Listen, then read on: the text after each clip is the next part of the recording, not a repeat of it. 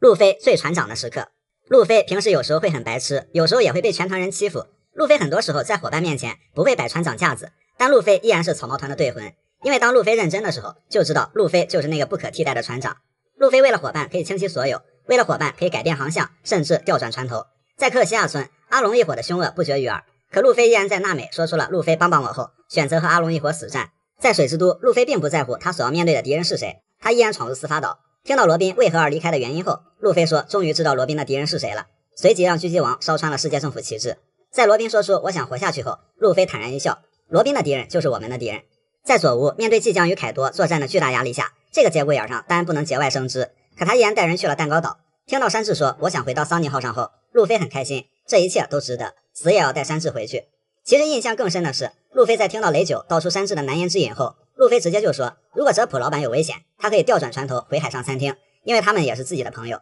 当时看到这段话真的是起鸡皮疙瘩了，因为路飞真的会这么做。只有伙伴说出肺腑之言后，路飞才会倾其所有，即便不跟自己走，起码也要一个理由，来日依然是伙伴。这就是路飞很聪明的地方，也是他身为船长的魅力。路飞虽然真的不会开船，但其实船舵一直在他手里，在关键时刻路飞也会保持身为船长的觉悟，在给微微一拳的时候，在让娜美闭嘴的时候，在把东西搬出梅利号和乌索普决裂的时候，在骂罗宾笨蛋罗宾的时候，这些事儿表面上看都是情绪，实际上却都是责任和担当。就像路飞说的，好沉重。索隆说是啊，可这就是船长，如果你都迷茫了，我们该信任谁？好在路飞并没有迷茫，在和乌索普打架后，很快就投入到了拯救罗宾的行动中。在火烧梅利号的悲伤后，也很快开启了例行宴会，因为冒险还在继续，总是停留在悲伤的过往才是可悲。可是即便船长也需要经历，也需要成长，直到亲眼看着艾斯死在自己面前，这似乎是路飞最痛苦的时候。但在被慎平打醒后，路飞意识到伙伴，自己还有伙伴。之后的路飞重整旗鼓，向伙伴传达新的信号后，立刻投入到了2年的修炼中。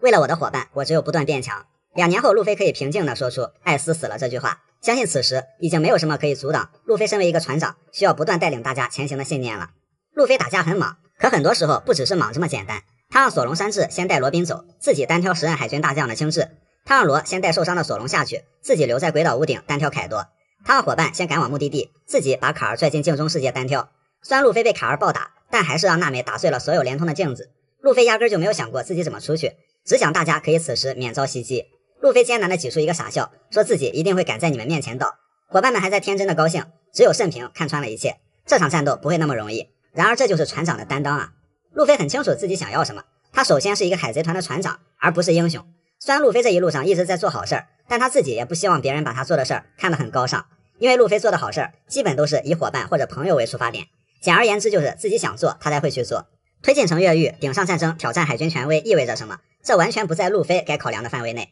他只想救他在乎的人。路飞一直都是想当一个开着宴会吃着肉自由快乐的海贼而已，因为当英雄实在太累了。路飞的拳头只为自由和伙伴战斗，路飞的船只为冒险和梦想起航，而这恰恰才是真正的船长。如果海贼王里的出海难度有等级，简单，卡文迪许。身为王子的卡文迪许因为长得太帅，全国上下的女孩都不愿意结婚，被判以太受欢迎罪而流放海外。当然也有可能是第二人格的原因，但先不管这个，描述里是这么说的，只给了他74名部下以及区5亿贝利，卡文迪许的人生就此跌入了谷底。可以，区5亿贝利，卡文迪许的开局号海贼王里再难找出第二个。草帽团起码一开始以为是草根，后来才知道是富二代。而对于别人来说，卡文迪许这直接就算是出道即巅峰，这哪是出海，这分明是度假来了。普通艾斯这个等级应该是大多海贼处于的开局难度，就开局没什么好装备，但也不至于啥也没有，就有一艘勉强能抵御小风小浪的小船出海。类似的还有罗杰雷利，当然罗杰雷利的船在普通这个等级里算很好的了，要比艾斯的风帆小船好很多。困难，路飞。要说艾斯的小船起码还有个帆，路飞出海的小船连个风帆都没有，只有个桶，动力全靠使劲划。最搞的是路飞开局只说了想要伙伴和海贼旗，居然没想着先要个像样的船，难不成他真的想划着这条船去伟大航路？当然那个桶最终也拯救了一个传奇。出海没多久，路飞就遭遇了一个巨大的漩涡，靠这个神奇的桶活了下来，然后认识了科比，因为达成了高难度出海成就，系统开局送了个索隆。凶残，光月玉田。别人出海不管怎么说起码得有条船吧，玉田出海全靠命硬，怀揣着白胡子的船我赖定了的信念，接受了白胡子提出的3天考验。玉田死死拉住锁链，途中什么漩涡、礁石、狂风激流都是小意思，主要是还要和海里的怪物缠斗，并且要忍受3天的饥饿。光是这一点就算放路飞身上也玩完了。3天下来，玉田整个人都泡芙囊了。最后玉田去救未来的老婆了，在最后时刻放弃了考验，但收获了白胡子最终的赏识，成功出海。地狱巴托洛米奥。要说出海没船，那也可以蹭，可以抢，可以造。但巴托出海，船上不带航海士，全靠打电话咨询乡下的奶奶，这属实牛逼。也难怪以前都说巴托奶奶是罗杰的航海士了。而且最搞的是，副船长不是战斗员，不是航海士，是个传教士。这一船人还晕船，一晕船就得吃口香糖。就这么一帮看似都开不到下一个岛就得沉船的海贼团，靠着偶像信念，硬是闯到新世界，见到了自己的偶像，堪称是最牛逼的出海经历。bug 索隆说索隆是个独立之外的 bug， 是因为早在遇到路飞之前，以找到鹰眼单挑为目的出海，然后就再也没回去过村子。最搞笑的是，后来一看，索隆他这晃晃悠悠，名气没少涨，却也没离村子多远，合着是在自家门口迷路了这么长时间，有可能过了下一个路口就能回村了。然而不知道索隆是挤过家门而不入了。不管是卡文迪许的人生低谷式出海，还是晕船巴托靠奶奶征服伟大航路，总之海贼王里牛逼的出海操作是真不少。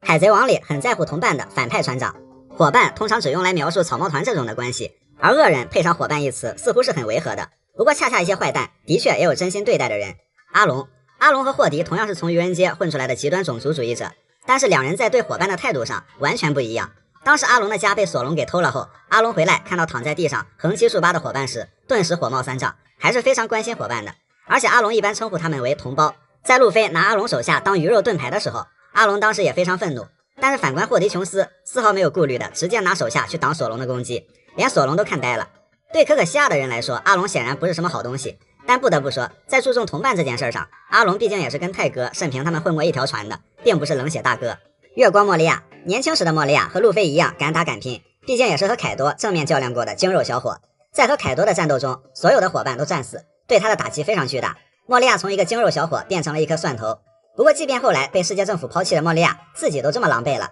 莫利亚也根据小道消息来到蜂巢岛寻找阿布萨罗姆的踪迹。先是看到阿布萨罗姆的身影后，表示只要你过得开心就好，但是之后发现被黑胡子一伙给骗了，并得知阿布萨罗姆已死。莫利亚非常生气，只可惜他现在太菜了。当然佩罗娜在得知莫利亚的消息后，说什么也得去找老大去。莫利亚平时对待同伴应该也是蛮好的。凯多喜欢招贤纳士的凯多只对他器重的干部很在乎，基本上就是三灾六子，尤其是晋，毕竟凯多和晋也有着类似于路飞和索隆的羁绊。凯多表面上是个狂暴的牛头大猩猩，不过在979话，这话的标题叫家庭问题。百兽海贼团在解决大河的问题时，凯多倒是很像个平和的老大，和三灾六子的聊天也非常随意，即便部下对凯多的口气并不恭敬，凯多也不介意。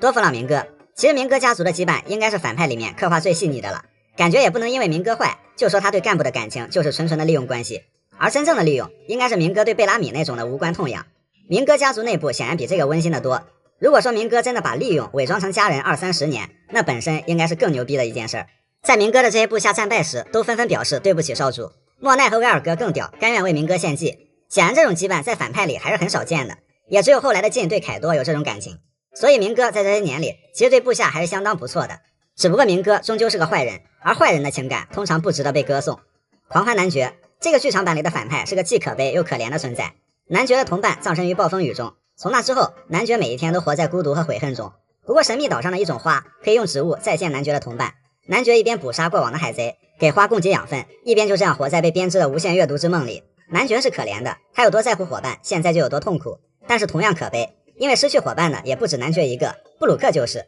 但在和之国面对相似的幻境，布鲁克和罗宾都勇敢地打破了这种假象，就像男爵的同伴在灵魂解脱后，让男爵走出过往，去寻找新的伙伴。而布鲁克和罗宾不再消沉于过往，正是因为现在他们又有了值得信任的伙伴。恶人也需要恶人的救世主，这句话虽然没有多正义，但是除了草帽团这种，的确还存在着一些黑暗的友情，让伙伴有了更多的定义，而这也是作为反派身上很有魅力的一部分。海贼王里出生即满级的天赋怪，要说草帽团里最能打的路飞、索隆、山治、慎平，他们4个现在嗷嗷能打，但要论天赋，他们4个小时候的天赋还真不算明显。那海贼王里打小就展露天生王者气质的人是什么样的？大妈5岁就觉醒了霸王色，5岁一拳打死一头熊，真的就是洒水都没使多少劲儿。在阿尔巴夫收拾巨人族长老，手拿把掐，也难怪被称为天生的破坏者了。这个年纪的大妈就可以说是纵横大海，首次悬赏5000万贝利，之后涨到了5亿。而这个时候在年龄层面，大妈也只能算个小孩。卡塔库利，卡二也算是继承了大妈的天赋吧，是一个连出生的时候都站着的男人。在出生的那一刻起，卡二就站了起来，爬到了椅子上，然后双手一插睡着了。这个出生经历是真的牛逼。在5岁的时候，卡二吃了诺诺果实，来日他把这颗果实开发到了极致。10岁的时候，卡二觉醒霸王色，收拾了一帮欺负妹妹的小混混。卡二的天赋怪属性不只是实力方面，责任和担当上也是与生俱来的完美。艾斯作为罗杰血脉，未来的王者气质似乎早已在他生命里注定了。10岁那年，在海贼手里救路飞的时候，觉醒了霸王色。在之后的成长里，艾斯也是属于直线上升的水平。出海没多久，就能和时任七武海的慎平打个5-5开，顶上战争时也能和大将交手。然而艾斯出海总共只有3年时间，比目前的路飞长不了几个月。现在的路飞自然比那会儿的艾斯强太多了，但如果艾斯没死的话，这2年的成长更是不可估量。凯多同样也是10岁，凯多成了国家的最强战士。后来凯多被国家出卖给海军，当然凯多也很会玩，逃脱之后首次悬赏是7000万，为了饱餐一顿呢，会再自投罗网，然后再跑掉。这和他后来把海军监狱当成公共厕所的操作如出一辙。15岁的凯多在蜂巢岛大杀四方，也就是现在黑胡子所在的地方，那会儿就获得了白胡子的赏识，被其引荐给了洛克斯。就这样，凯多以实习海贼的身份加入了洛克斯海贼团。卡普在路飞还只会挖鼻屎的年纪，卡普就在骑老虎了，而且那只老虎的头上还有个包。但是卡普头上也有个包，怀疑卡普是拿头征服的这只老虎。明哥8岁觉醒霸王色，托雷波尔给了明哥线线果实，几个人甘愿成为一个8岁孩子的小弟，可见明哥身上瞎眼可见的霸气。陆琪号称 CP9 800年来最强者， CP9 历代最冷酷的杀戮兵器。在弹尖岛觉醒后的陆琪居然可以和尼卡路飞对拳，虽然着实非常跳跃，但不得不说也是基于陆琪的天赋设定。陆琪算是天赋里面最刻苦的，刻苦里面最天赋的。因为陆琪是从小经历过多年的系统训练后，13岁的陆琪一人干掉500名士兵后才正式进入的 CP9。白星可以说就是100%出生就是王的存在，毕竟古代兵器之一海王波塞冬拥有命令海王类挽救无数生命或者毁灭世界的力量。路飞因为白星爱哭鼻子，给海王取外号叫胆小星，不过也多亏路飞，白星才能觉醒这种力量。罗宾前面几个都是小小年纪的满级打手，而罗宾是小小年纪就是满级学霸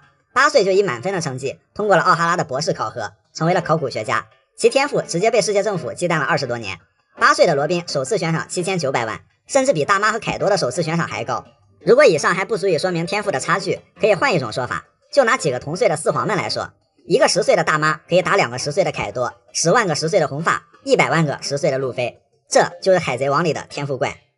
海贼王里因为没有光环而引发的区别对待，在海贼王中，比实力和背景更重要的是冥冥之中的光环。即便资历过人，有没有光环完全是2种不同的结局。首先，基德对这种光环有话要说。当年香波利群岛，我3亿1500万的赏金傲视群雄，我以为我是有光环的，结果鬼岛三傻拥有主角光环的路飞，现在吃香的喝辣的，拥有人气光环的罗和四皇打得有来有回，死里逃生，其实表现的还不错。你们再瞅瞅我，直接被秒，而且是连船带船夫整个垮掉的那种。基德表示懂了，这就是因为没有光环而引发的区别对待。其实基德和路飞的莽夫性格最像，基德算是真正的草根本路飞。要说路飞有主角光环，罗有人气光环，巴基有运气光环，那基德只有一个死都打不赢红发的完美闭环。路飞说要揍飞凯多，基德说要把凯多脑袋拧下来，路飞要拉四皇下马，基德直接就干红发。为什么路飞行，基德不行？显而易见，差点东西。对于光环，明哥也有话要说。之前有个小丑扬言要当四皇，甚至海贼王，当时身为 Joker 的我呵呵一笑，没想到现在我成那个真小丑，那家伙成真 Joker 了。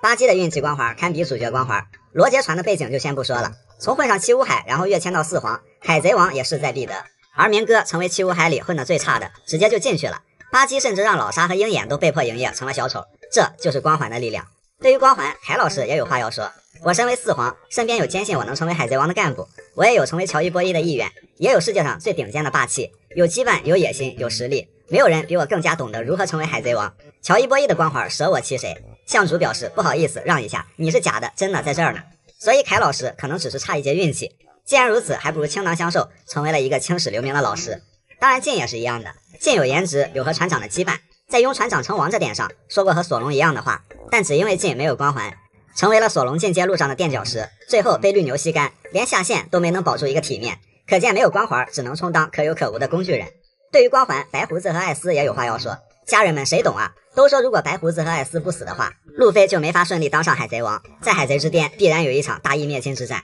白胡子表示不至于，我一个旧时代的残党，梦想是家人，我对海贼王真不感兴趣，要当早当了，唯一的夙愿就是艾斯成王，这个可以交给艾斯自己决断。艾斯表示不至于，我一个前王遗孤，在这世上就这些情同手足的人了，老爹不想当王，弟弟喜欢当这个海贼王，那我就让了，直接弄死人多少有些歹毒了。所以白胡子和艾斯看似身份显赫，实则是一点光环没有，直接献祭新时代。对于光环，红发也有话要说。红发说这里为什么还有我？因为红发虽然有面子，但是还真不一定有成王的光环。早已具备争夺 One Piece 实力的红发，到现在才出手，似乎早已计划好了一样，行为呢越来越反常，黑化的可能性越来越大。当然，黑化不等于变坏，有可能因为一些难言之隐，又或者又堵了点什么东西进去。因为红发之前立志要乘坐自己的船到达拉福德鲁，到和巴基分道扬镳的时候，说自己改变了想法，暂时不去了。而中间最关键的转折点，就是罗杰成为海贼王后给红发说了什么，红发嗷嗷大哭。也许是红发因为某种原因注定无法成为海贼王，他的全部赌注都压在了路飞身上，所以红发最后还是有因为没有光环而被区别对待弃掉的可能性。所以在海贼王里，只靠实力和背景的上限，到四皇就到头了。而想成为海贼王，那只有生死有命，富贵在天了。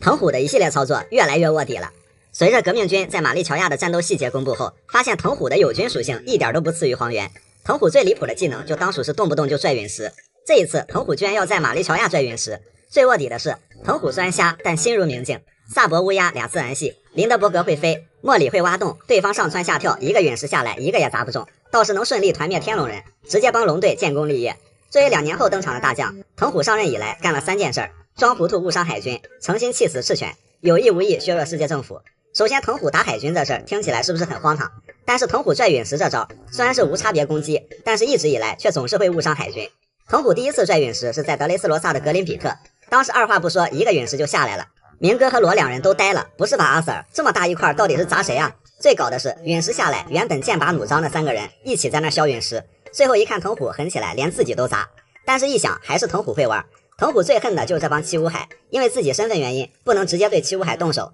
藤虎想说，大家可都看见了，是陨石先动的手，我可没动手，毕竟我自己也在陨石的攻击范围内。然后第2次拽陨石是冲着罗和草帽团去的，这个就很卧底了。藤虎之前都已经知道罗有调换东西的能力了，结果这俩陨石把自家军舰给砸了2洞，这操作堪比顶上战争的时候黄猿翻回来把自己家城墙给炸塌的操作。这个时候藤虎在船上一边惬意的吃面，一边装糊涂。哎呦，大意了，原来罗桑在下面呀。藤虎揪明哥寄生线的时候是眼观六路，耳听八方，这个时候开始装瞎了，真是有惊无疑。第3次拽陨石在德岛，操作也是极其迷惑，也是在和萨博过了2招后，了解对方能力后拽了颗陨石。最搞笑的是，陨石在燃烧，而萨博是刚吃下烧烧果实。萨博表示，大叔，谢谢你助我一臂之力，是不是觉得我还不够燃啊？现在我燃起来了。所以说，如果藤虎真的在玛丽乔亚拽陨石，藤虎直接就是加冕卧底王。德岛那颗陨石被鸟笼切碎掉下来，萨博一点事儿没有，倒是把一帮海军砸得够呛。手下吐槽藤虎拽陨石之前不发预告，藤虎又开始装糊涂了。第4次是在狂热行动里拽陨石，放完一招就不管了，根本不知道这玩意儿会砸到谁。但是现场的海贼们各有妙计，还有巴托在呢，能躲过的几率大，大部分海军是真没法躲，所以藤虎这一下子还是想团灭海军。其实有一次机会，藤虎可以好好利用他的陨石，那就是路飞离开德岛的时候，但这么好的机会，藤虎又不用陨石了，改用蓄力了，蓄到最后也没砸下去，变成了给草帽一伙践行了，跟黄猿抬腿半级等雷力又是如出一辙。除了这种明显的区别对待，然后就是气死赤犬，这个就不用多说了，藤虎和赤犬话不投机半句多，每和藤虎说一句话，赤犬脑溢血的进度就加1。藤虎的一些操作的出发点是正义，恰好呢也在有意无意的削弱世界政府。就比如废除七武海制度是藤虎一手推动的，赤犬其实一开始是明确表示反对，当时藤虎就忽悠赤犬，你就大胆的废除吧，放心，赤天使会出手，世界一定会发生巨变的。结果赤天使的作用没怎么发挥，七武海还抱团了，而且还要去争夺 One Piece， 这是世界政府最不想看到的。赤犬疯了，藤虎，这就是你说的巨变。藤虎表示，哎，我可没说往哪个方向发生巨变。赤犬说，你真溜。所以藤虎作为大将中的一员，存在感还是挺高的，无不在贯彻最能被接受的正义。与其说藤虎的操作越来越卧底了，倒不如说这才是未来海军该有的气质。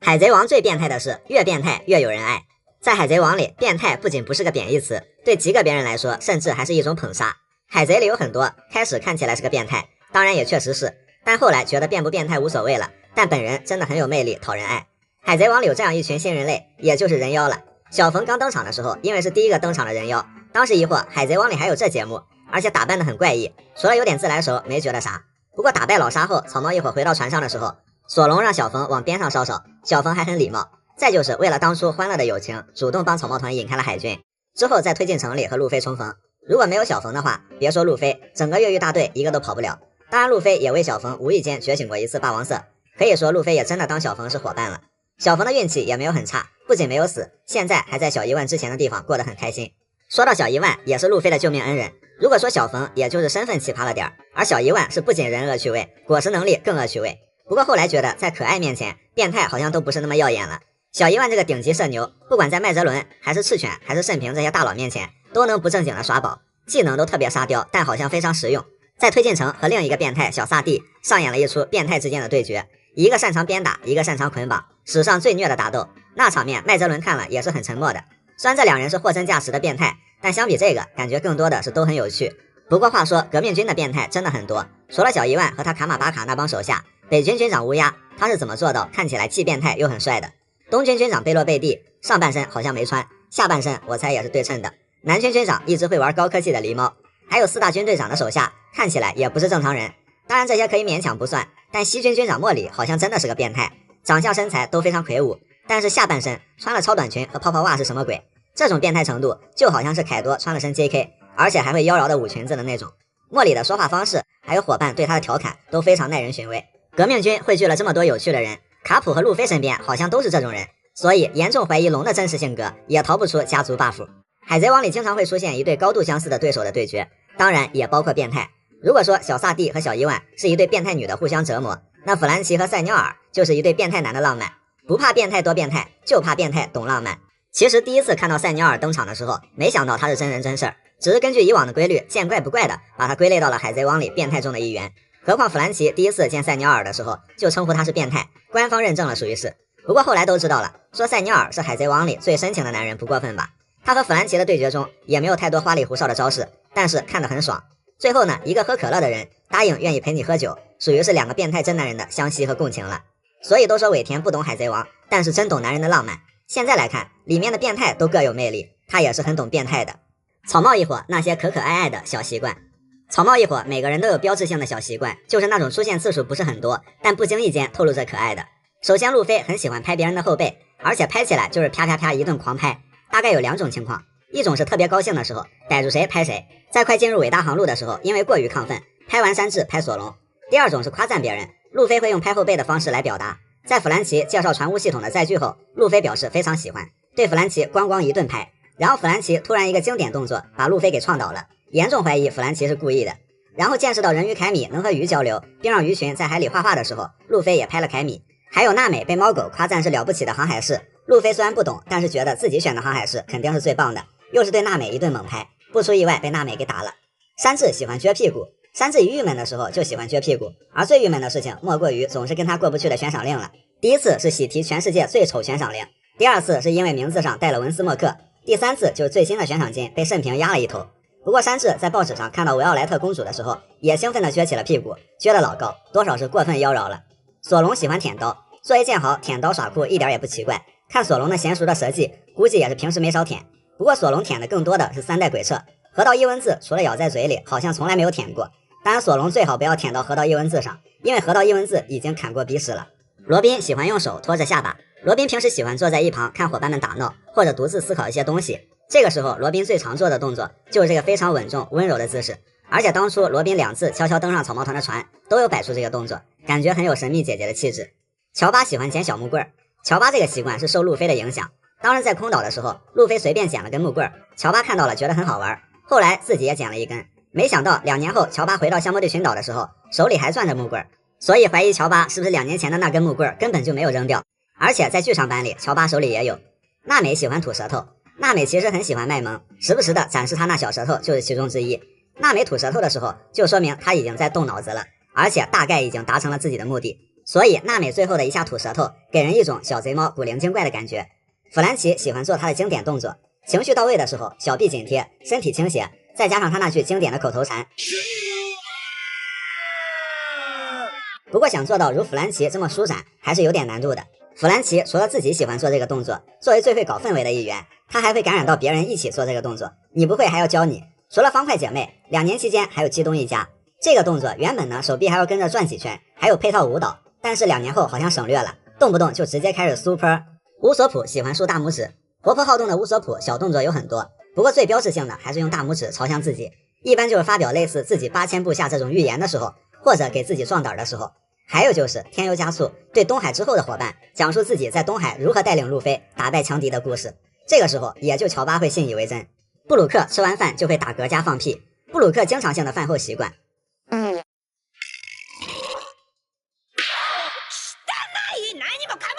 这个其实和弗兰奇的动作类似，看起来没什么，但是打嗝加放屁同时做，好像还挺有难度的。关键是布鲁克看起来完全没有这种功能，就很神奇。每次布鲁克饭后做这个习惯的时候，都会受到山治和娜美的鄙视。慎平一懵逼就会流汗，草帽团可以说让慎平发现了这个世界上竟然还有这样一群人，所以慎平在认识路飞到加入草帽团这期间，懵逼流汗次数逐渐递增。每次懵逼，慎平都会显得很呆，再加上反射弧有点长，什么事儿慎平总要默默思考一下这是什么神操作，而且时常伴随着流汗的表情。所以草帽一伙好像每个人都有非常贴合他们个性的小习惯，不是很经常出现，但是都是些不经意间的可爱。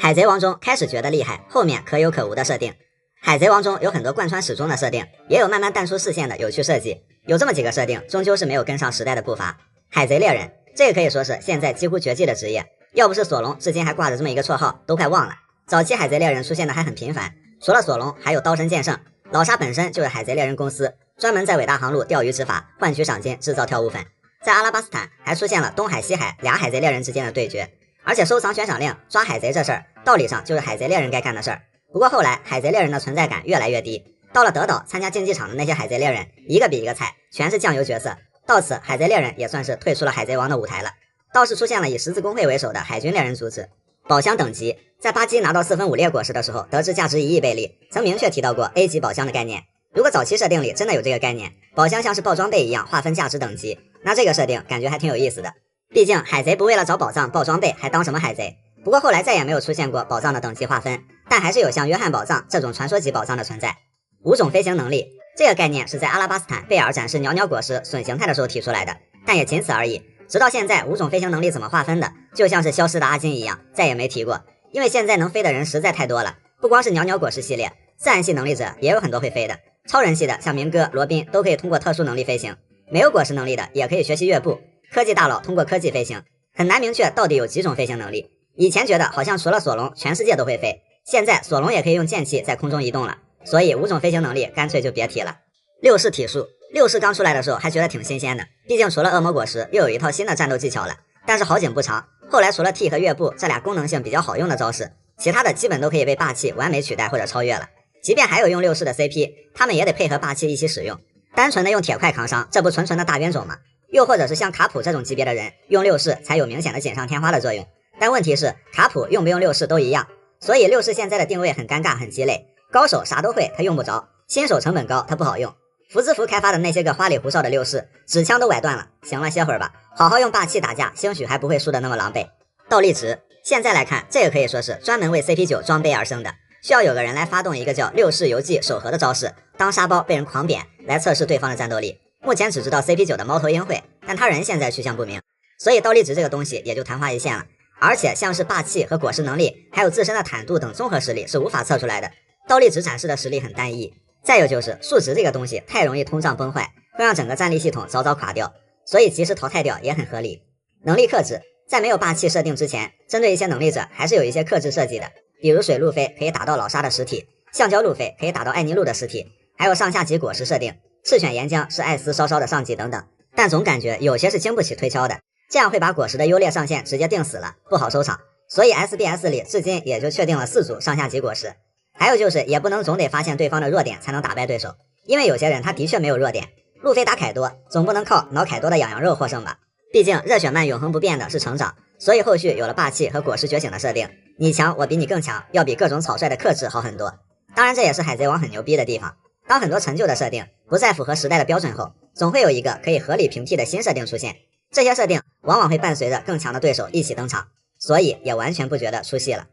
草帽一伙之间超越时空的缘分，草帽团成员看似是在大海上相识之后才产生交集的，其实他们很多人在这之前就有冥冥之中的联系了。就像罗杰说的，别的都无所屌味，我们相遇就是命中注定。首先路飞和索隆在希尔兹镇海军基地初次相遇，但很多年前龙曾经回到过故乡东海，救了小萨博之后在东海双月村停留了一下，没错，就是索隆在的双月村。当时索隆好像并没有在意这艘盘龙造型的船只，只顾在不远处刻苦修炼，而且一心到场还送给了龙他们一些补给。多年之后，这艘船的老大的儿子和这个小绿毛一起出海了，创造了一段传奇。比较搞的是，原本以为索隆跑出去很远才迷路回不去村子的，结果路飞出海后到过了这几个地方，其实离得都不远。希尔兹镇离路飞索隆的村子更近，索隆等于是在自家门口迷路了好几年。然后路飞和乌索普第一次相遇在希罗布村，但依然是很多年前。路飞早就认识乌索普的老爹耶稣布了，甚至路飞比乌索普还了解乌索普他爹。关于乌索普这个名字，路飞也是听得耳朵长茧了，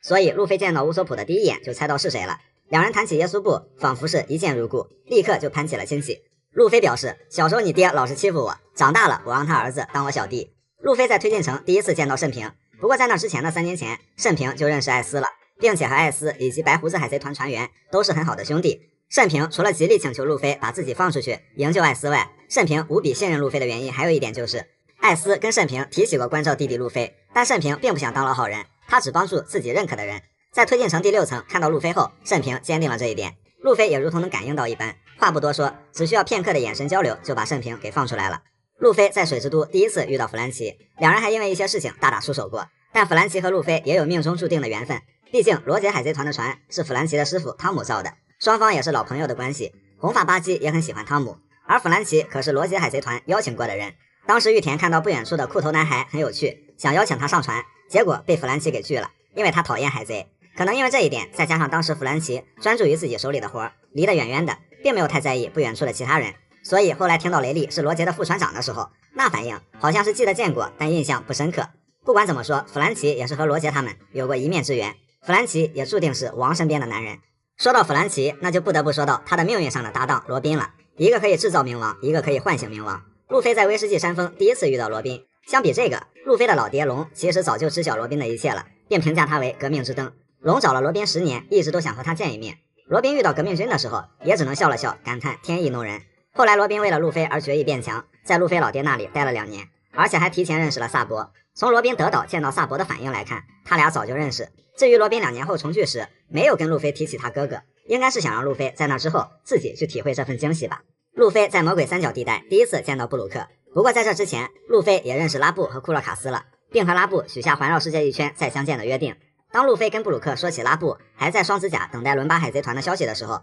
布鲁克再也掩盖不住自己的情绪，大哭起来。另外，库洛卡斯加入罗杰海贼团，除了罗杰的恳求，还有就是去伟大航路寻找伦巴海贼团的音讯。多年之后，一个少年出现在库洛卡斯面前，他继承了草帽和约定，驶向伟大航路。库洛卡斯早已认出这顶草帽。等路飞远去后，他喃喃自语道：“他就是我们一直在等待的人，对吧，罗杰？”正因为草帽一伙之间有这种共同的联系，所以他们走到哪儿都能攀上亲戚。在左屋的时候，听闻猫蝮蛇和犬蓝曾是罗杰的船员，路飞说：“那你们也认识香克斯和雷利吧？”弗兰奇说：“那你们也认识我师傅汤姆吧？”布鲁克说：“那你们也认识库洛卡斯吧？”好家伙，一伙人直接开启了认亲大会了。何况玉田猫狗也在白胡子的船上待过，再捋下去就没边了。所以这个世界很大，这个世界也很小，捋着捋着，大伙儿都是亲戚。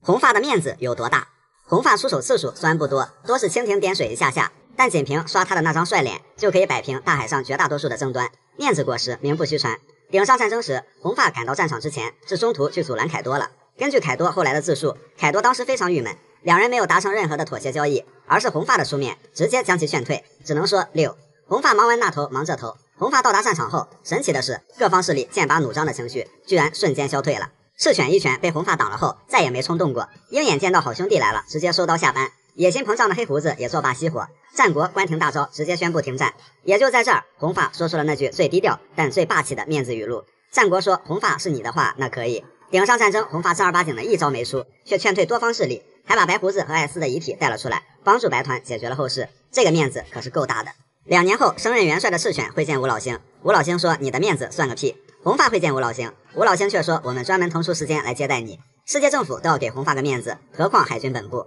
和之国、绿牛甚至都没有见到那张世界上最有面子的脸，就被吓退了。Red 里面，海军想捡落乌塔，红发一个震慑全场的霸王色，黄猿流汗，腾虎收刀，就看谁敢动手。海军只能草率收兵，说红发能一招秒人也没毛病，毕竟懒得出招，面子秒人一直是红发的绝活。看起来白胡子当时没给红发面子，其实呢也给了。红发会见白胡子的时候，刚开始白胡子对红发带来的西海的酒非常嫌弃，可是听到红发说这是我游遍世界喝过最美味的酒了，我家乡的酒尝尝吧。白胡子看到这一幕，大口喝了起来，转而说哦还行。虽然双方的事儿谈崩了，但在面子上，如白胡子这样的人物，终究也是给了红发一些面子。在剧场版里，红发的一个身世也被透露。据吴老星说，红发是一个显赫家族的后裔。好家伙，原来红发也是个实锤的根正苗红的富二代。当然了，这些都不重要，面子等于实力，因为红发够资格。没给红发面子的人，什么结局大家也都看到了。山贼王下肚了，晋海王锤废了，巴基被揍了个半死。红发的诅咒就是玄学，面子果实，顶尖霸王色，看到这张脸就情不自禁的想给个面子了。草帽一伙的江湖名气，要说现在的草帽团已经成了海贼的顶流之一，但是新手村时期名气最大的不是路飞，而是上船之前就混过江湖的索隆，不知道要高路飞几个档次。众所周知，索隆在跟着路飞干之前是当海贼猎人的，而且在东海的名气还不小，连当时的科比都知道罗罗诺亚索隆的威名，带路飞去找的。后来草帽一伙又遇到了剑圣强尼、刀神约瑟夫这两个索隆的小弟，刀神剑圣本来是要跟路飞他们算放炮误伤这笔账的，结果看到索隆直接就认出来是自己大哥了，态度直接反转。一旁的路飞还很懵逼。在进入伟大航路的前一站罗格镇的时候，当时路飞已经被悬赏3000万了，索隆没有被悬赏，但是索隆被迫在海军基地打杂的时候，海贼猎人索隆又是直接被海军给认出来了。好家伙，这没有被悬赏的比被悬赏的还出名。不过索隆当海贼猎人肯定要和海军打交道，倒也不奇怪。那在东海的知名度高，可进了伟大航路呢？结果在阿拉巴斯坦，索隆又被 Mr. One 给认出来了，因为曾经巴洛克工作室邀请过索隆，索隆非常嘲讽的回复，让我当老大我就去，还把当时的使者给砍了。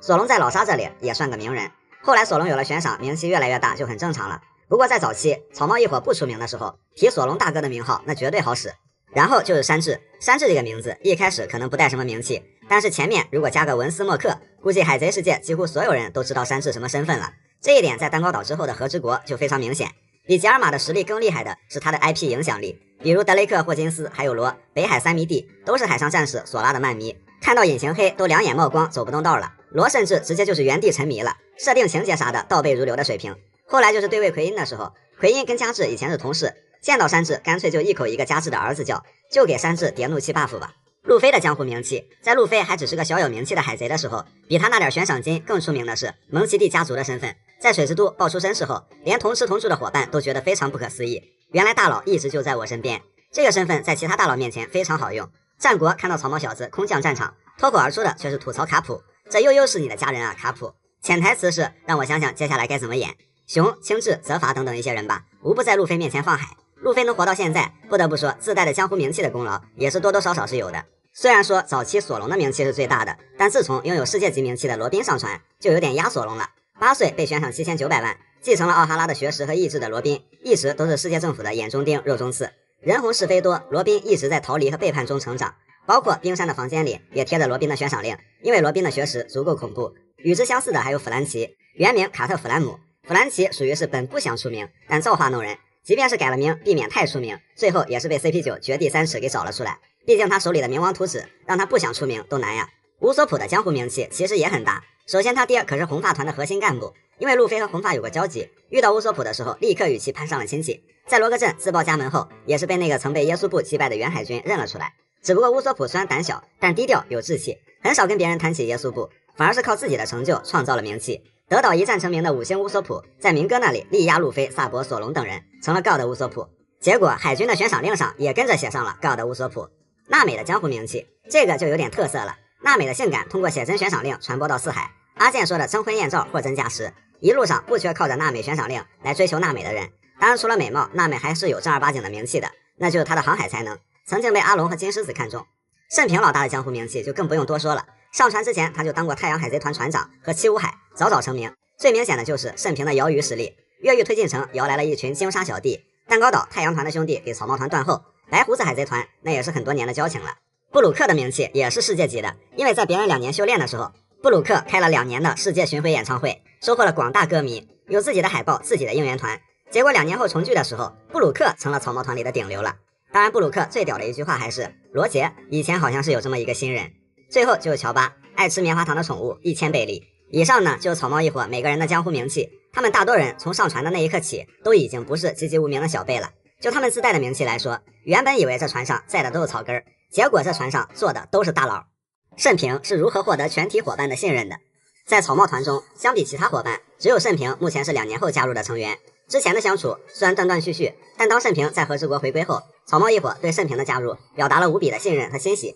除了三治在一旁酸了之外，其实慎平磕磕绊绊能成为草帽团的一员非常不容易。首先慎平和路飞的羁绊早就是过命的交情了，早在2年前，慎平和路飞在推进城里一眼定情，男人的默契无需多言。之后慎平也就成了路飞和伙伴失散时期身边最可靠的大哥。那个时候慎平就展现了区区4皇的气魄，面对杀意爆棚的赤犬，慎平哪怕豁出去性命也要保护艾斯的弟弟。慎平身上背负了太多的东西，战争结束后，也是不遗余力的帮助路飞从颓废中恢复斗志。路飞早就认可盛平是自己的伙伴了，再正常不过。船长这一关过了，接下来就是有实无名的副船长这一关了。想获得索隆的认可好像并不容易，毕竟索隆曾经多次阻止路飞胡乱拉奇怪的生物上船，而且盛平和索隆之间的互动真的不多。蛋糕岛的高光，当时索隆恰好掉线不在，但还是那句话，男人的默契无需多言。在鬼岛开战前，路飞担心盛平，索隆直接说欢迎他加入，而且和路飞一样坚信盛平一定会来的。毫无疑问，索隆也早已认可盛平。最新悬赏出来的时候，索隆和盛平倒是像好哥俩，嘲讽区区第4名的7号军。在某些方面，盛平和索隆确实有合得来的地方。当然，盛平不会威胁索隆的地位，盛平上可以去当主力，下也可以去当第2阵容的主心骨。说到第2阵容，胆小组的意见也不能忽视，毕竟虚假的船长王路飞，真正的船长娜美子。罗宾上船的时候，胆小组集体反对；跟罗同盟的时候，胆小组集体反对。如何取得他们的信任，有时候其实很简单。盛平身为太阳海贼团船长，元气无海，他放低姿态，为之前鱼人团的过失真诚的给娜美道歉，完美拿捏了娜美船长吃软不吃硬的性格。不过正儿八经的说，一方面是盛平的侠义，一方面是娜美的宽容，格局加格局，那就是更大的格局。娜美对盛平的好感也不是没道理的。对胆小组来说，还有一点就是实力等于信任。早在鱼人岛路飞邀请盛平的时候，乌索普乔巴就表示了对这位元气无海的欢迎了。蛋糕岛的操作其实就是锦上添花而已。盛平在蛋糕岛篇直接把桑尼号玩成了冲浪板，在四皇大妈面前也丝毫不虚，和娜美乔巴他们一起守船。想要获得胆小组的真心，最好的办法还真就是和他们一起守船。谁和他们一起守船，那人就是他们眼里最闪耀的救星。然后是布鲁克，盛平和布鲁克在万国的时候还有一次小误会呢。失去伙伴一直是布鲁克永远无法抹去的伤痛。布鲁克当时误会了盛平，觉得盛平对佩德罗的牺牲很冷漠，但在四皇的地盘上，他们又怎能自暴自弃、掉以轻心，辜负伙伴的牺牲呢？盛平的一番话也让布鲁克明白了伙伴的意义，让布鲁克和其他人有了更高昂的斗志。和路飞那一次如出一辙，在鼓励队友这方面，你永远可以相信盛平，有时候解开误会能让他们的感情更加牢靠。盛平取得弗兰奇和罗宾的信任就没那么复杂了。弗兰奇当时在愚人岛就说过，毕竟是路飞看中的人嘛，我们都会等你来的，盛平。再加上盛平是驾驶桑尼号的最佳舵手，弗兰奇举3只手赞同。罗宾更简单，因为盛平老大成熟稳重而且可靠，罗宾很欣赏他这一点。而且罗宾现在跟盛平好像走得更近了一些。最后就是比较不一样的山治了。山治表面上非常郁闷，因为突然空降了一个和自己定位有些重合的主力过来，然后赏金还比自己高，山治真是哭晕在厕所。山治吐槽盛平抢自己的活，盛平憨憨的道歉，虽然看起来有些搞笑，不过山治也早已认可了盛平才是真的，毕竟都一起经历这么多了，山治也不会吝啬夸赞盛平非常靠谱。其实草帽一伙在盛平给路飞输血，挽救路飞性命，缓和鱼人和人类的种族矛盾的时候，就已经认可盛平了。后面的这些是让伙伴对盛平更加的信任，从认可到信任再到融入，才是真真正正的伙伴。就感觉越往后草帽团的门槛就越高，不过盛平一步一步最后也是做到了。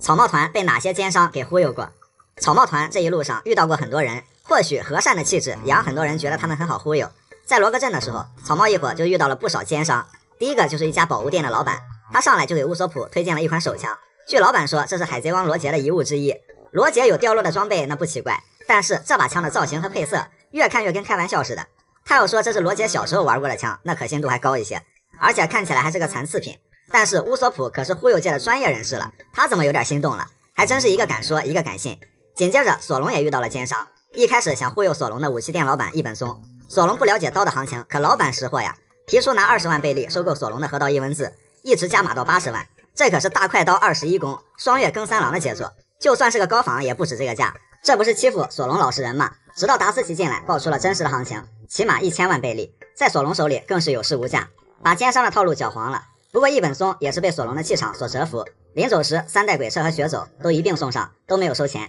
之后索隆扬名四海后，还把索隆的照片裱在了浴室里，作为一种无上的荣耀。毕竟未来世界第一大剑豪手里拿的可是自己店里的刀啊。另外索隆比较惨，不光是被别人忽悠，还被自己人忽悠。娜美本身就是个大忽悠，索隆回去之后被欠上了娜美的高利贷。阿拉巴斯坦的金苹果1000贝利一个，一口提神醒脑，2口永不疲劳，3口长生不老。途经这里的艾斯先遇到的这个大忽悠，艾斯的回应也很帅，我对活个上千年没有兴趣，活好今天就行。老板懵逼了，是我的话术不对吗？不是，是因为没有遇到憨憨。这不俩憨憨来了，乔巴乌索普听完兴高采烈，马上就要买了，但很快娜美及时阻止，忽悠你接着忽悠。娜美多精啊！一旁的索隆可能是被忽悠多了，防骗意识已然觉醒，拉开真实的面纱，一位炼金术士正在辛苦的忙碌，原来这都是吃完倒沫子的科技与狠活呀。水之都的典当行，这里也是娜美的高光时刻。都知道鉴定师一开始给他们开的是1亿贝利的黄金收购价，看路飞乌索普的反应，感觉就算开1000万贝利，他俩也是笑得合不拢嘴了。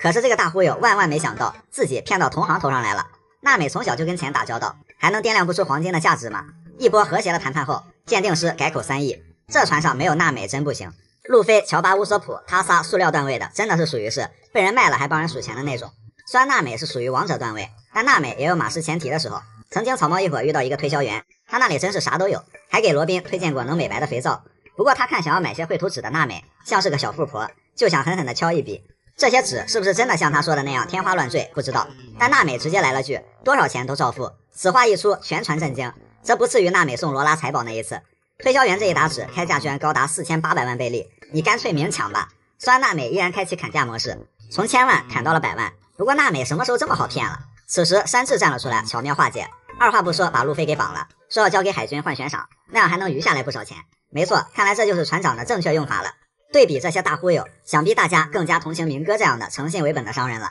因为明哥居然把真的烧烧果实放在了竞技场。虽然说明哥起初信任迪亚曼蒂能掌控全局的，但他就算放个假的，那其实也不影响他的全盘计划。钓个鱼放血本，明哥还真是童叟无欺啊。明哥走了，这个世界突然少了几分信任。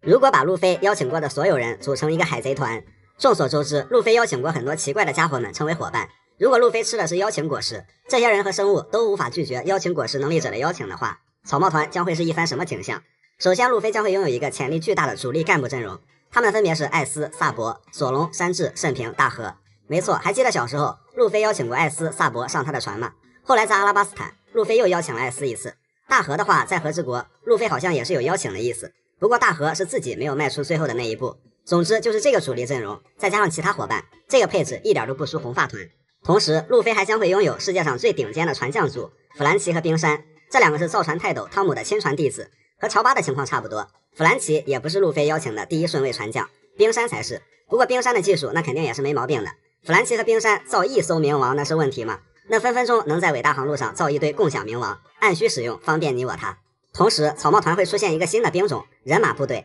成员有路飞和冰火岛的那个半兽人。半兽人想必大家印象很深刻，路飞当时跟人家自来熟的草率速度，让一旁的索隆都感觉当初自己的加入都不是那么的草率了。路飞之所以也是人马部队的一员，因为路飞还邀请过警卫门的下半身，注意只是下半身哦，警卫门的全身并没有被邀请过。路飞单纯是觉得把人家的下半身安装到自己身上 cos 半人马很好玩。然后路飞还会拥有一个海兽组，没错，就是阿拉巴斯坦的那群功夫海牛。当时路飞击败了功夫海牛，按照规则，功夫海牛们甘愿拜路飞为师傅，一路誓死相随。路飞都准备带着这群粘人的小迷弟出发了，结果被伙伴们及时阻止。届时路飞还会拥有整个大妈海贼团，因为路飞确实通过波克穆斯传达了让大妈团归入自己麾下的奇葩邀请。因为当时山治被威胁去蛋糕岛结婚后，路飞更倾向于找到一个两全其美的方法。但你们也知道，就路飞的脑回路能想出什么两全其美？路飞就表示，我们家山治去结婚也没关系，毕竟自己也不想耽误山治的幸福，但我们草帽团也不想成为你们娘家人那边的小弟。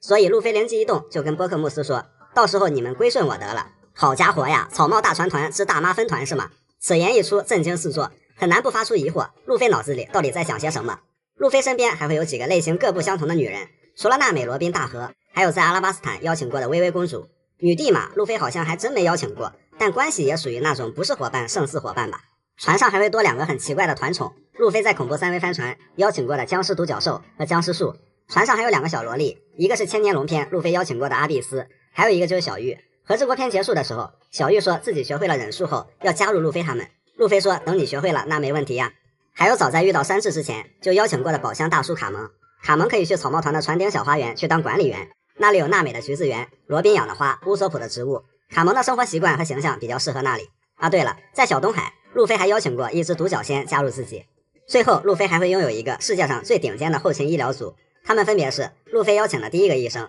在双子甲曾经海贼王罗杰的船医库洛卡斯，第2个邀请的医生慈古岛朵莉尔姨娘，以及当初根本就不知道他是医生，以储备粮身份上船的乔胡子乔巴。对了，同盟的罗也算半个草帽团的人，也可以算上。就这个医疗水平，请尽情的仰卧起坐，根本是想死都很难。这些大概就是邀请果实能力者路飞邀请过的完整的草帽团成员了，阵容搭配是不是很奇葩呢？不过路飞邀请别人加入的风格标准一向如此，大家觉得这样的草帽团如何呢？草帽一伙登陆后的闲暇时光都在做些什么？草帽一伙人在一起虽然欢乐，不过每到一个地方都要经历几天的海上航行，不止路飞这样的野马难免觉得枯燥，其他人远远看到城镇后也会想放松一下。草帽团当时到达罗格镇的时候，对当时的他们来说，这就是更宽广的世界了。每个人都安排了自己的项目，山治要去看美女和采购食材，乌索普要去收集装备，娜美要去买衣服，索隆想买刀，路飞要去海贼王罗杰的水星台看一看。这一次的吃喝玩乐也让他们满载而归。山治获得了超大个的橡皮金枪鱼，乌索普获得了一些装备和杂物，他还买了一些鸡蛋。后来乌索普有种弹药名叫臭弹星，娜美买了一大包衣服，索隆获得了血走和3代鬼彻，路飞获得了阴魂不散的斯摩格。对路飞来说，出海最大的乐趣就是未知的冒险了。还没靠岸，路飞就会兴奋地跳起来。但是吃饭和冒险一样重要。登陆小花园的时候，路飞还不忘给山治先要便当。到了阿拉巴斯坦，路飞还不等其他人下船，就狂奔出去找餐馆，因为实在是饿得不行了。到了空岛，路飞抱起空岛野果就要生啃，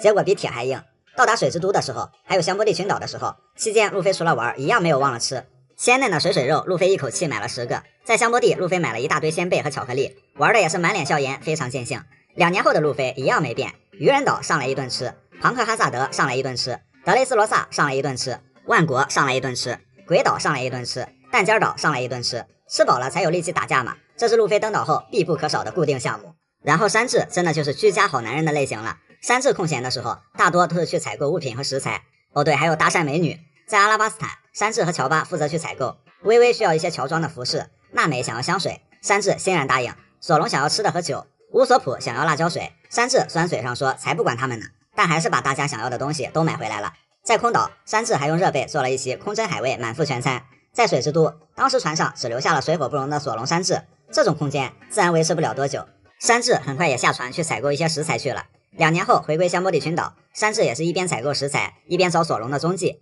找到索隆的时候，手里已经买了一大堆东西了。登陆的地方如果有商场，那娜美罗宾一定少不了逛街购物，2大团花必须得打扮得漂漂亮亮的。不过除了购物本身，娜美罗宾还有自己的绝活。罗宾在加雅岛买衣服的时候，顺便搞到了关于空岛的一些线索，而娜美购物的时候，砍价更是直接能把老板给砍崩溃。娜美倒是能节省不少钱，卖家疯了呀。其实说起来，娜美、乌索普、乔巴胆小3人组一开始是能不登陆就不登陆的，毕竟他仨得了同一种病，不能登岛的病。登陆小花园的时候，眼看伙伴一个个出去玩，娜美、乌索普把仅存的希望寄托在一同守船的山治这边。结果索隆挑衅山治，山治也愤怒出走，跟索隆开启了狩猎比赛，只留娜美、乌索普相依为命。但之后还是被巨人族请上岛做客。在海贼云集的加雅岛，山治本来也想跟娜美他们出去的，但这一次高低是被可怜的乌索普和乔巴强行挽留在了船上，他仨也就趁这个机会把梅利号修缮了一下。不过如果到了比较安全的地方，胆小组一般会下船跟伙伴们去玩，当然有时候他们也负责守船。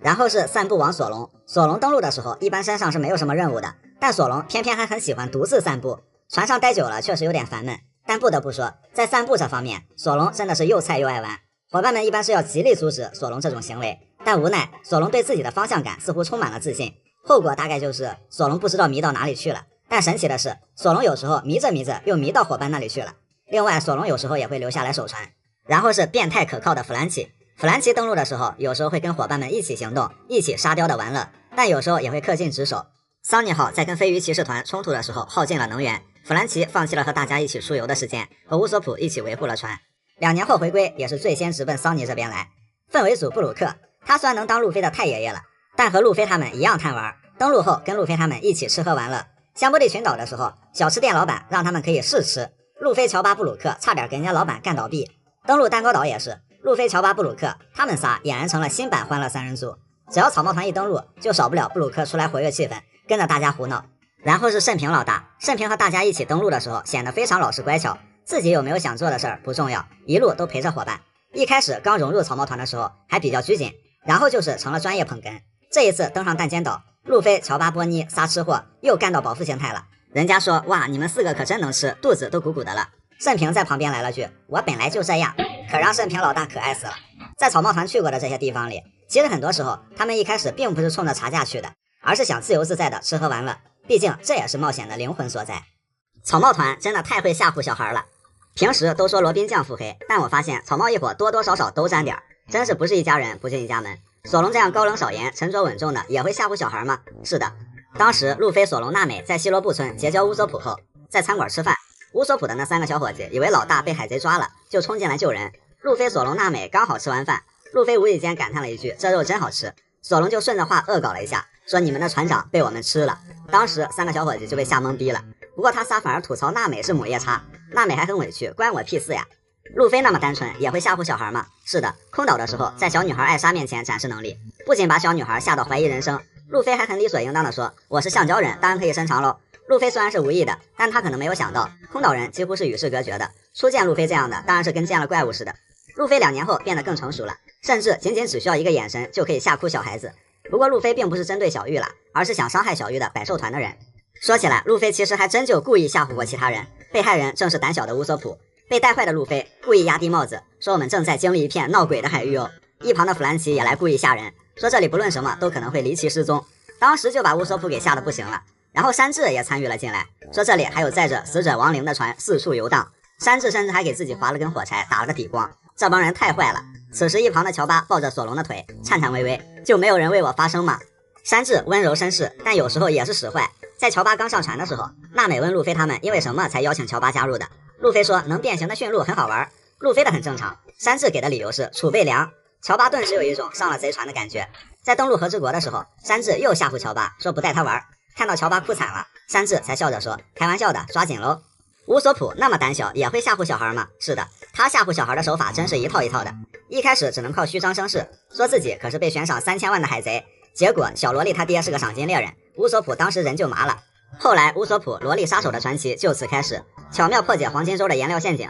专治萝莉，专治各种不服，用蟑螂星和气球锤吓昏佩罗娜，甚至乌索普歪打正着，发现自己的长相也有大用，还真是一物降一物，给砂糖吓出了一辈子的心理阴影。鬼岛上的那个萝莉秘书保皇也是被乌索普给制服的，别的咱不敢说，要说萝莉的天敌非乌索普莫属。同样是作为胆小组一员的娜美，平时还好，而且娜美对小孩子还很友好，不是吗？就是那小脾气一上来，这简直就化身恶魔了，一个转头能吓哭乔巴，3言2语吓哭宙斯，也怪不得乌索普的3个小兄弟上来就喊娜美母老虎了。布鲁克，好吧，布鲁克都不需要质疑，因为在别人眼里他本身就很可怕，而且布鲁克自己喜欢扮鬼恶作剧，这个还不是最搞的，他甚至还会自己把自己给吓到。在去愚人岛的途中，布鲁克在那讲深海鬼故事，把乔巴给吓到了，结果布鲁克自己本来就胆小，还非要讲鬼故事。看吧，讲鬼故事的最高境界就是自己也被自己给吓到。恐怖3人帆船，他害怕僵尸，而僵尸更害怕他，甚至被自己的样子给吓哭。布鲁克这一系列的迷惑操作，这么看，现在船上慎平还算比较老实的，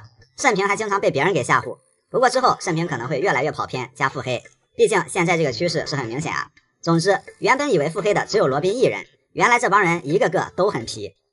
哪些篇章最能代表海贼王？海贼王至今大概有20个大篇章，大家认为哪个篇章最好看呢？这个仁者见仁，智者见智，没有标准答案。Hello， 大家好，我是修炼2年半的素材果实。那我就说一下我感觉的，大概有4个篇章能为海贼王出战。1. 空岛篇，这个篇章可以说是把海贼王的人文格局拉到无限高的存在。初看空岛篇可能觉得中规中矩，但是现在看来，这应该是再也无法逾越的一篇浪漫神作。探险家诺兰度和大战士卡尔加拉的约定，山迪亚人会一直敲响黄金钟，等待这位老朋友再次做客。冲天海流将大半加亚岛抬上白白海，生灵在大自然面前的渺小和无能为力，但为了信念和约定，山迪亚人誓死守卫家园，那不屈的意志。空岛原住民认为这片土地是神赐予的，所以因为文化、认知、信仰的不同，而爆发了长达400年的战争与纠葛。当甘福尔讲到白白海的土地是这么来的时候，山治和乌索普说，这本来就是你们的不对啊，相信这也是尾田的立场吧。但恩恩怨怨，我们人类文明不也是这样一步一步走过来的？最后大家携手草帽团打败强敌，守护了这片一直赖以生存的家园。美妙的钟声再次响起，这是山迪亚人和空岛原住民都想听到的，所以他们明白了求同存异，结束战争，共同生存在这个星球上是多么珍贵美好的事情。诺兰度没有说谎，黄金都市是真实存在的，空岛也是真实存在的。路飞用那个高高跃起的大投影向栗子头大叔证明自己做到了。就是在海贼王里很难找到第2个能有这样波澜壮阔的篇章。2. 水之都与司法岛篇，和空岛篇相反，空岛篇把格局扩得很大，可能有人不喜欢这种类型，而司法岛篇就是专注一个小团队里的情感了。纵使草帽团一路走到这里，但也并不一帆风顺。梅利号大限将至，乌索普和路飞决裂，罗宾的难言之隐。这个篇章里，草帽团遭遇了前所未有的危机。草帽团是一伙怎样的人？看完司法岛篇就大概能了解了。路飞作为船长，他要为全体伙伴的性命和梦想负责，可我们也能懂梅利对乌索普来说意味着什么。罗宾的不告而别让草帽团开始非常焦虑和迷惑，可我们也能懂罗宾从小到大经历过什么，他能遇到真心在乎他的人真不容易，这比他的生命更重要。我们也能懂罗宾的我想活下去，把我也一起带去大海吧，压抑着多少渴望和勇气。索隆毫不客气地拔刀阻止伙伴不能无条件原谅乌索普，可我们也能懂索隆身上肩负着什么样的职责和信念，他对路飞多么的忠诚。我们也能懂乌索普道歉后牢牢被路飞拉住手的时候，索隆那一抹笑是何等的发自肺腑。山治对乌索普的鼓励，弗兰奇关键时刻的可靠，真的都超级帅啊！而乔巴也不再反向躲藏，不惜过量嗑药与敌人同归于尽，也要救出罗宾。娜美也不再怯战，在水之都拼命呐喊，在司法岛替山治出头，因为罗宾是我们的伙伴啊，因为草帽团就是这么一群人啊。3. 阿拉巴斯坦篇。阿拉巴斯坦可以说是一段伟大冒险，一部伟大作品的真正开始，它创造了很多开端。除了主角团，越来越多的人物在这里开始有了魅力。斯摩格为了人情与正义放过草帽团一马，拒绝五老星嘉奖，还让他们去吃奥利给。老沙我觉得是第一个真正有智谋有野心并且去稳步实现的一个枭雄，以至于到现在还能在大海上掀起风浪。小冯因为觉得和草帽团在一起感觉很有趣，路飞也愿意和小冯做朋友，小冯也甘愿为他们两肋插刀引开海军。到后面海底大监狱篇，小冯更是让人永远不会忘记。微微一个没有公主脾气的姑娘，虽然救国心切，但她懂得治好娜美才是这艘船最快的速度，毕竟微微从小就这么格局。微微和草帽团告别的画面也成了永恒的经典，历史正文在这里出现，干部对位在这里成熟，世界感在这里加强，越来越多的神奇动物开始出现，可爱仗义的功夫海牛，狡诈滑头的欺诈鸟，喜欢美女的骆驼和斑加蟹，一整个憨憨的香蕉鳄等等，这些也是之后海贼王从来少不了的元素，他们一起构建了海贼世界的蓝图。4. 顶上战争篇。鬼岛大战已经结束，我感觉他依然没能超越顶上战争的地位。先说阵容，顶上战争海军最能打的基本上全都到场了，当时的新老七武海也全都来了，白胡子团、红发团、黑胡子团，这个咖位很难超越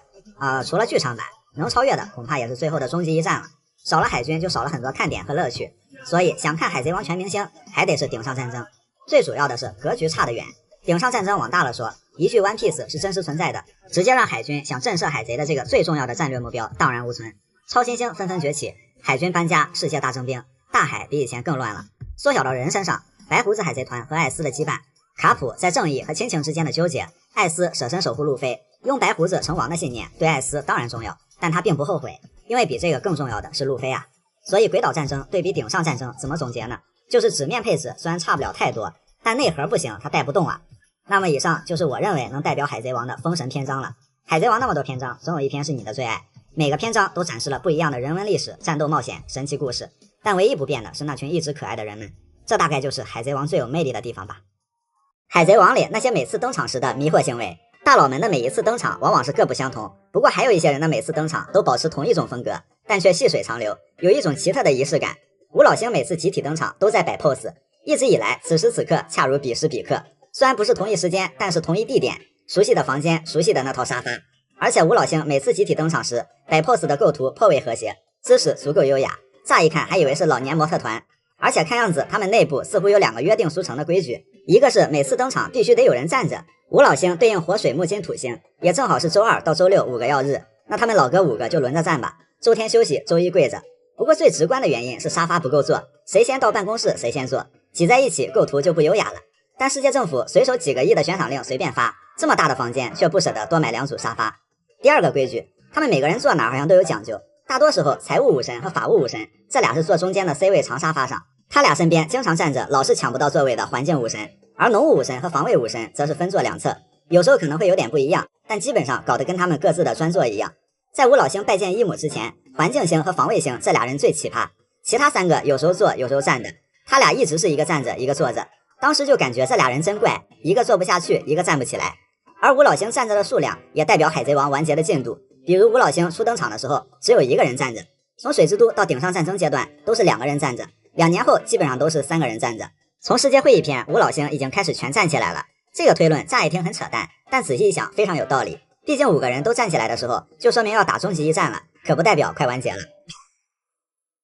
然后是布兰纽的每次登场，他每次登场必然在开会，所以人送外号海军金牌讲师、 PPT 果实能力者、开会王，从2年前开到2年后，从动漫开到剧场版。斯摩格当时升准将的时候，还是五老星把打败克洛克达尔的功劳算在了海军头上，强行嘉奖所得，而开会王只需要开会就可以从少佐升职到准将，所以在开会王公布4皇悬赏金的时候，赤犬半道闯进来了，赤犬表示，行了，这回别开了，再开几次怕是要骑在我头上了。不过布兰纽有一次登场是出现在顶上战争末尾，给战国汇报推进程的情况，而且头上还缠了绷带，连开会王都上战场了，可见顶上战争海军算是掏光了家底儿。不过由于并没有开会王的战斗画面，所以开会王的绷带可能只是因为领导都缠了，自己身上不缠点说不过去，也可能只是为了骗医保。当然开会王的登场其实挺重要的，因为只要他一登场，那就说明这一话的消息会很炸裂，不是大事件就是悬赏金。然后是 CP0 三人组，每次登场好像都在搞什么前卫的时装舞会。CP0 三人组首次登场在德岛，当时第一眼觉得真的挺帅的，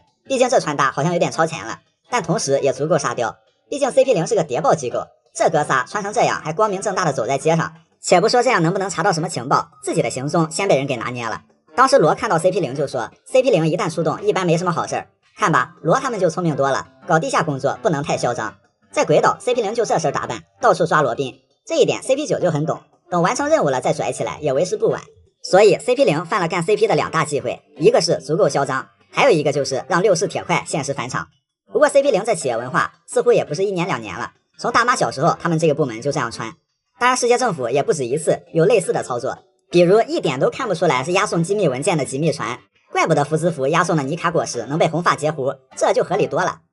海贼王里那些共用一个声优的角色，海贼王里至今一共出现1000多名角色，如果每个人物都配一个声优，显然不实际。这个时候就轮到声优展示真正的技术了，一人饰演多角才是常态。而且随着声线的变化，很多人的角色差异之大，让人感到抽象。艾尼路的 CV 身川智之，同时他还是章鱼小八的声音啊。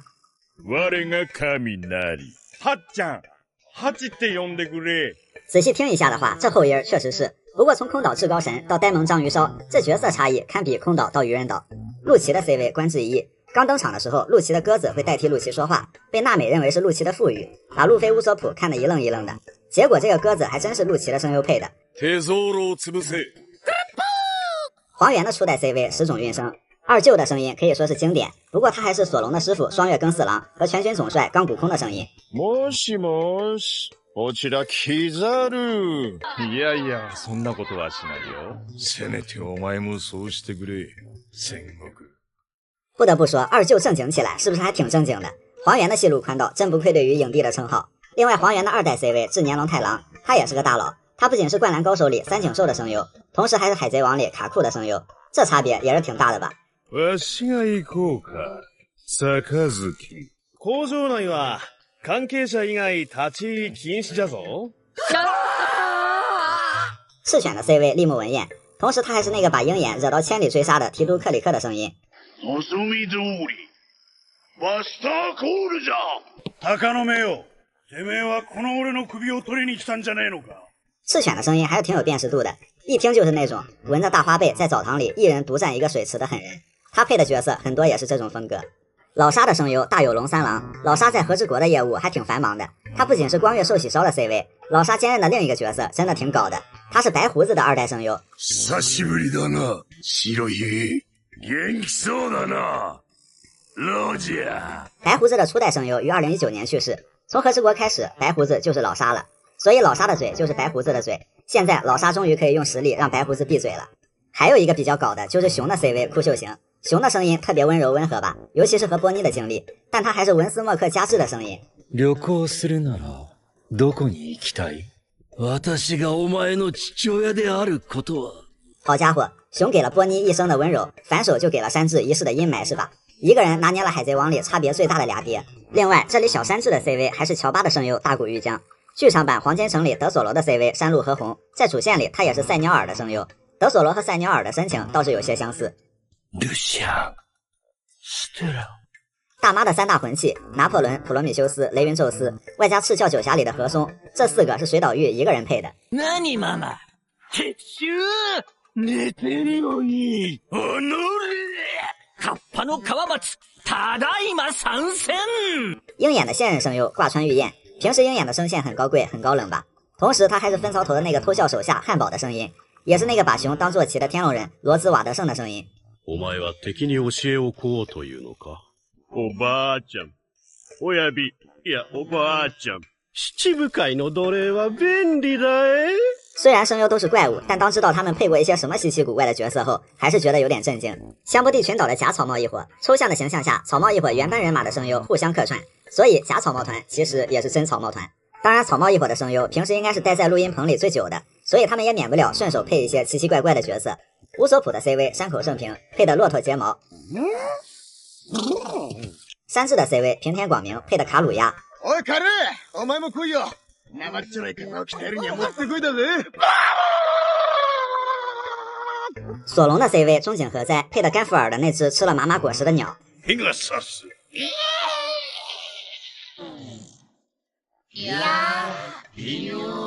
娜美的 CV 冈村明美配的那只很可爱的猫兔昆贝，以及空岛上那只很可爱的云狐修。慎平的现任 CV 宝龟克兽，同时他还是另一个元气乌海莫利亚的声音，这声线的变化真的有点子离谱了。这里要着重提一下弗兰奇的 CV 是尾一树，同时他还是赞高和小冯的声优。虽然小冯上传的呼声很高，但小冯表示我现在在推进城过得挺好，我的声带已经替我上传了，勿念。要说海贼王里最特别的一个声音，那就是旁白君了。这位旁白声优是谁？其实大家很熟悉，他会在合适的时间出现，为大家介绍信息，主要是介绍关于草帽团的居多。懸賞金9400万ベリー。看过一个比较搞笑的是说旁白是尾田自己配的，那看来尾田老师平时例行休刊是因为还有份兼职啊。其实这个旁白是斯摩格的声优大场真人，好家伙，旁白还真的是现场真人。懸賞金9400万ベリー。行かせるわけねえだろ。怪不得斯摩格跟草帽一伙这么暧昧，原来烟鬼一直在默默守护着草帽团。还有一个比较有趣的，罗杰的初代声优大冢周夫是黑胡子的声优大冢明夫现实中的父亲。好的，原来艾斯真的不是罗杰的亲儿子，黑胡子才是。不过当打开一个声优的作品简介，很多声优在一部作品里担当多个角色的 CV 是常规操作。草帽团里尤其是乌索普的 CV 山口胜平跑了一堆龙套，甚至还配过电话虫。山口胜平大神不愧就是乌索普本人了。当然山口胜平还不是最多的，一个叫藤本龙宏的声优在海贼王里跑了100多个龙套，基本上都是部下 A 射源 B 导明 C 之类的，就差个萌七 D 了，这也算一种牛逼吧。所以还是那句话，声优们一定要熬过尾田啊，毕竟现在声优越来越多的是一人兼任多角，这也意味着一个声优没了，可能就是一尸几命的结果。